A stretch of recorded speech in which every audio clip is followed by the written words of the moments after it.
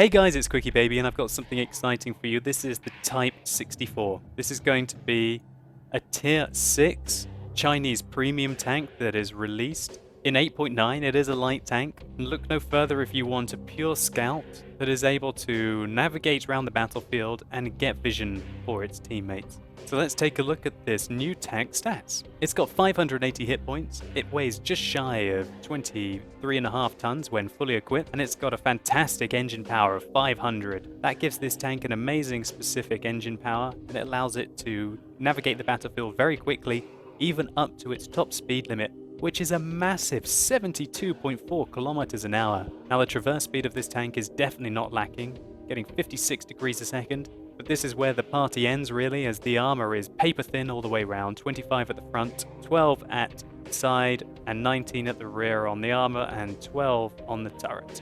So if you get hit by HE ammo in this tank, it's likely to go in and wreck you. It's likely to one-hit you for all intensive purposes. Now the turret traverse in this tank is an okay 36 degrees a second. That's a little underwhelming considering the other capabilities of the tank. However, it does have a fantastic view range of 390 meters for this Tier 6 premium Chinese light tank. And as it is a light tank, the radio is worth mentioning. It has a signal range of 700 meters, allowing it to keep in contact with its teammates wherever it is on the battle. So just to highlight one thing that might be a letdown in this tank, and that is the gun. This has a 76mm capable of firing 18 rounds a minute. Its penetration is 128 with standard rounds and 177 should you need APCR to penetrate higher tier targets. Its alpha damage is 115 with its regular rounds and less with its premium rounds at 110.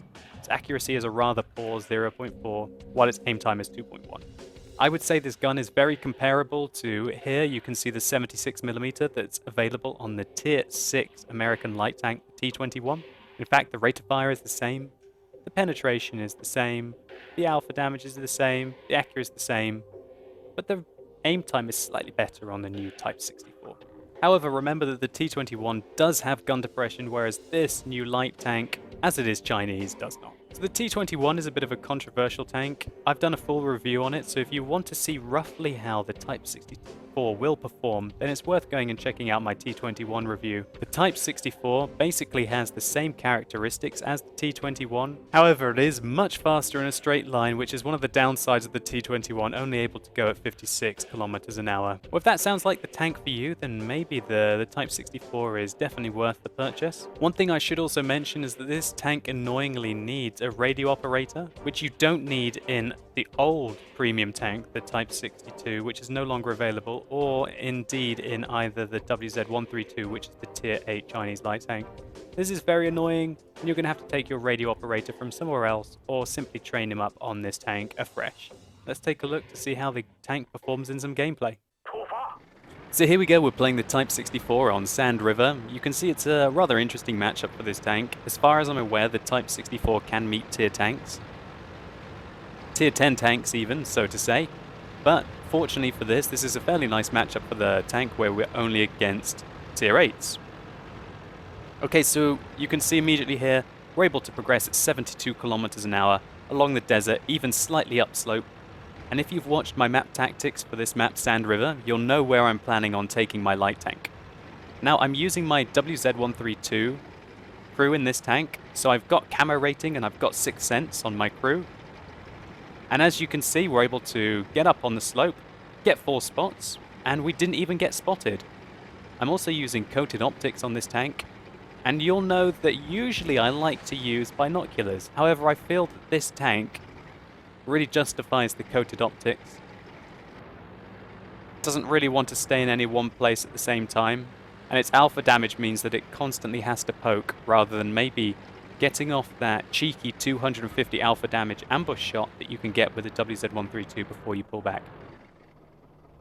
So here we're firing with our standard ammunition. We managed to penetrate the side of the Jagdtiger 88, even though we only have 128mm. And one thing you'll be noticing, guys, is the gun depression in this tank doesn't seem too bad at all. It seems very un-Chinese. I would even go to say that this tank has got more gun depression than the 132, or the Type 62, I think it is, the Tier 7 light tank that's no longer available in the gift shop, but quite a few players do still have it. So I'm using my coated optics, my high commander skill, as well as also having situational awareness on my radio man. And oh god, there goes an Alpha Panther tried to ram us. Thankfully, our high mobility allows us to totally own this guy. We were able to take his track off and run circles around him, and he's a light tank. We just ran circles around that light tank. Well, really, the Alpha Panther is more of a medium tank, only really light on paper. But we're going to continue poking. As you can see, we're keeping a lot of the enemy tanks in their base, keeping vision for our team, allowing our team to really light up the enemy. So don't want to really shoot this Ferdinand too much. As you can see there with the standard ammunition, as soon as he got an angle on his side armor, we were unable to penetrate him.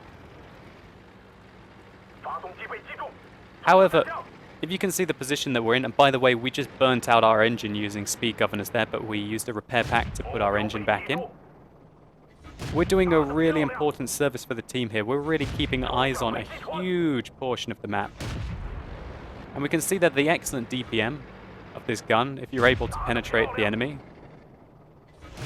These guys are ignoring the light tank. And just to pause it here for a second, he's obviously far more interested in shooting and killing that 1948 that just died than he is trying to take out the light tank. And that's every light tank stream, really. Being able to unload on tanks which you can penetrate from the side, because light tanks still do have a rather large amount of DPM and you can't take them lightly. As we can see here, this is the new Tier 8 German tank destroyer with notoriously low armor, and we eradicated him. Now we're going to work this Jagdtiger 88 from the side as well. Still firing our standard ammunition. Haven't fired that many premium shells yet, I don't think. So back into the fixed camera mode. We just keep poking these ridgelines and getting these spots. Such is the nature of having high view range, high commander skill, situational awareness on your radio man, and also having coated optics. So we've got side shots on the Super Pershing's turret, but we don't make them. We load some premium rounds, but we hit his spaced armor, unfortunately. Still going for his turret. There's one. Do we get the kill? Oh, no, that's unlucky. As you can see, the gun not the most accurate. Really, it's kind of a shoot and hope kind of gun.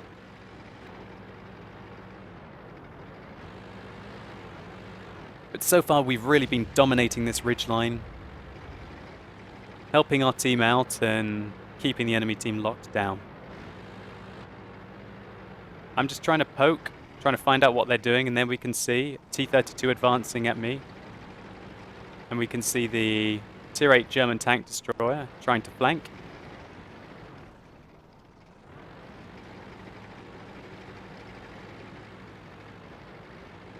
So I know this T-32 is right there.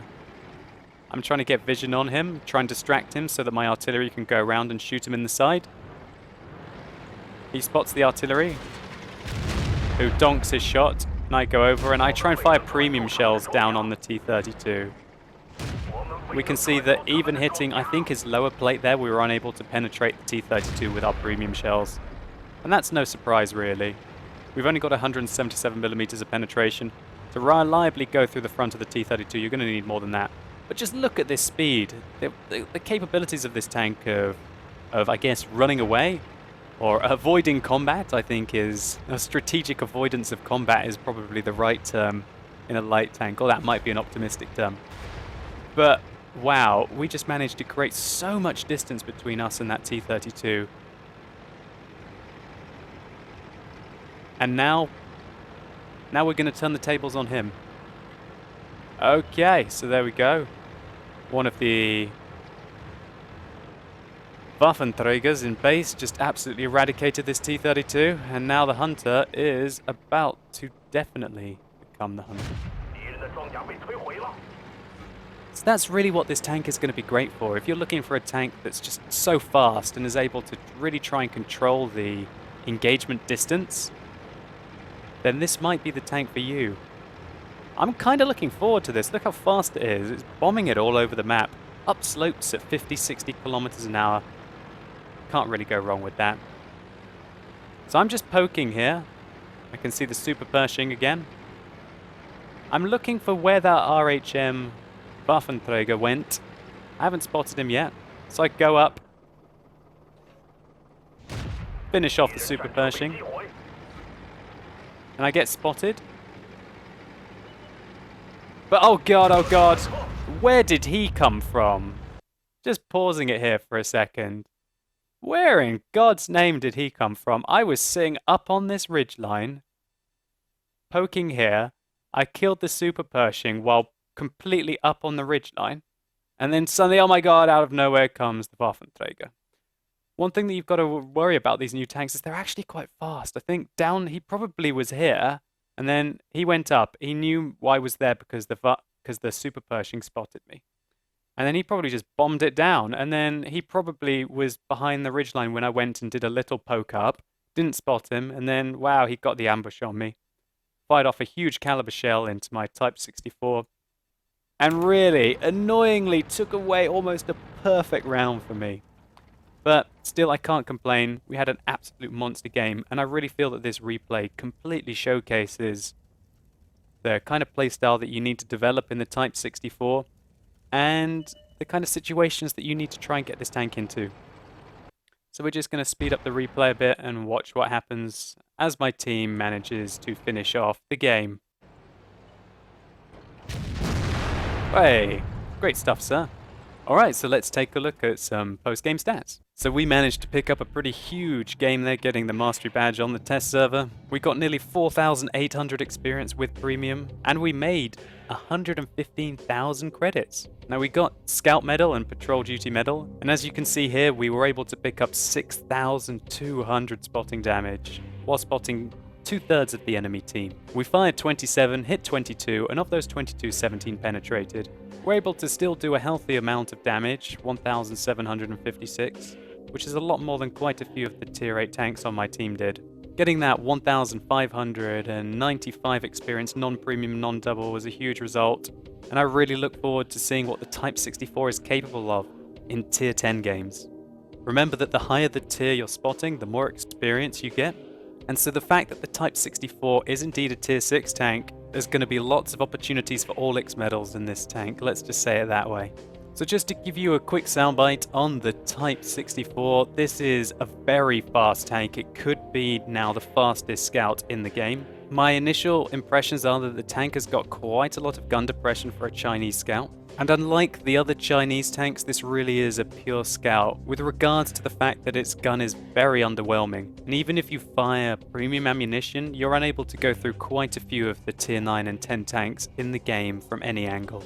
What this means is that you're going to have to rely on your speed and your maneuverability to outmaneuver your opponent and spot for your friends. I have no idea how much this tank will cost when it hits the regular server, but I know it's a hell of a lot of fun. And if you miss, for example, playing a tank like a T-52 before it was removed from the game, or if you want to play like a Chaffee with a higher speed limit, I feel like that's what this is. This effectively is a Chaffee with a higher top speed limit, and it is a premium tank as well, so it's capable of making lots and lots of credits. This tank is a lot more appealing if you already have a Chinese light tank. As you can see, my Chinese light tank crew are very skilled, and that means that I might be picking up one of these when they get released on the full server. This was like the second or third game that I played in this tank, and although it was a perfect situation against a bunch of donkeys, I really feel that this kind of performance is repeatable if you focus really hard and try and keep your map awareness at its highest point throughout the game. Anyway guys, I hope you enjoyed this review. I hope it showcased the Type 64. If you've appreciated this review, please consider rating it down below. And why don't you tell me in the comments what you think of this tank? Do you think it's a garbage tank? Do you think it's one of now the best scouts in the game? Will you be picking one up? Tell me what you think. As always guys, thank you so much for watching. You've been epic, and hopefully I'll see you soon.